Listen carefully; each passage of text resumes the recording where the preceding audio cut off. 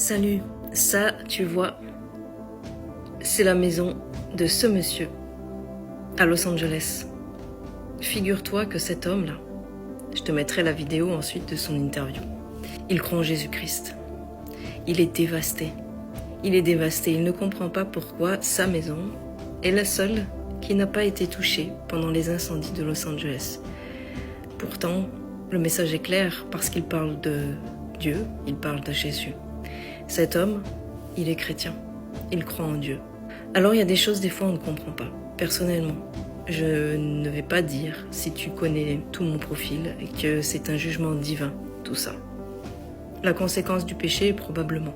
Ça, c'est certain. Mais en rapport avec la colère de Dieu dont il est question dans l'Apocalypse, non, pas encore. On n'est pas encore dans ce temps-là, on est dans le temps de la grâce. Il y a une image que Jésus donne pour parler de la grâce, c'est celle de l'arche de Noé. C'est ce bateau dans lequel on doit monter avant qu'il y ait la catastrophe. Et cette arche, elle représente vraiment l'amour, la compassion de Dieu, en fait. Et si tu veux, moi je vois cette maison comme ça, de cette manière-là. En fait, cette maison, elle ne pointe que vers une seule personne, Jésus-Christ, le seul apte à sauver l'humanité. C'est ce que cet homme a compris. Écoute bien ce qu'il va dire ensuite, et tu comprendras pourquoi je dis ça. Alors, si tu es encore dans l'hésitation par rapport au fait de choisir Christ, écoute bien cet homme. Écoute bien cet homme qui pour moi est un vrai chrétien, parce qu'il n'est pas seulement dans la reconnaissance que Dieu ait épargné sa maison, mais il est aussi dans la douleur de voir ce qui s'est passé tout autour. Et cette douleur, tu vois, c'est le cœur de Dieu, c'est le cœur du Père qui pleure en attendant que nous, les humains, nous décidions de nous tourner une bonne fois pour toutes vers lui, de le choisir lui, parce que oui, Dieu nous laisse la liberté de le rejeter. Et je rends gloire à Dieu par cette vidéo, pour cet homme et pour sa maison, qui encore une fois montre la toute-puissance de Dieu, sa compassion, sa miséricorde.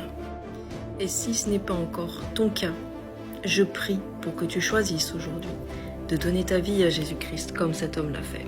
Tu vois, cette image-là, elle est vraiment ce que Jésus a dit. C'est-à-dire que quand on construit sa vie sur lui, on construit sa vie sur le roc. Les éléments peuvent se déchaîner contre nous, mais la maison ne tombera jamais, ne sombrera jamais. Alors je te laisse écouter ce que cet homme dit, ce qu'il explique. Et je prie que le Seigneur t'ouvre les yeux par rapport à l'amour et à la compassion de Dieu. Parce que même si Dieu nous laisse nous égarer, parce qu'il nous aime justement, qu'il nous laisse libres, il fait tout pour qu'on puisse à nouveau le choisir jusqu'à la fin de notre vie, jusqu'à notre dernier souffle. Dieu nous poursuit dans son amour. Et je trouve que cet homme est vraiment le signe de l'amour de Dieu. Sois béni et écoute bien ce qu'il dit. I shouldn't be crying because my entire block is burnt down. But God saved my house. Why are all of my neighbors? Why are they? And then in the middle of two burnt down blocks, there's one house standing, and that's mine.